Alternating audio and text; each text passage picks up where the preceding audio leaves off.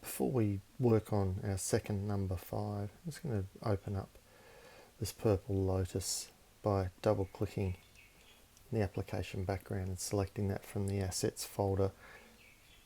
Just typing M or Shift M to bring up the elliptical marquee and creating what's called a junk selection around the outside of the artwork, because we're selecting more than we need. And what we're wanting to do is to use the magic wand tool to subtract away this extra white area and just leave the flower selected. We can see in the options bar in its default mode that we're sampling a point sample.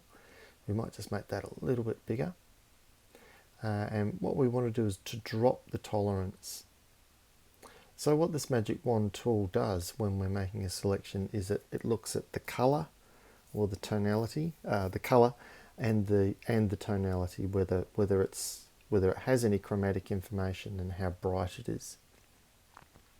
So by dropping the tolerance down, we're saying to it, we want something very close to white in a small sample size, and holding down the Option key, you can see the little subtract item.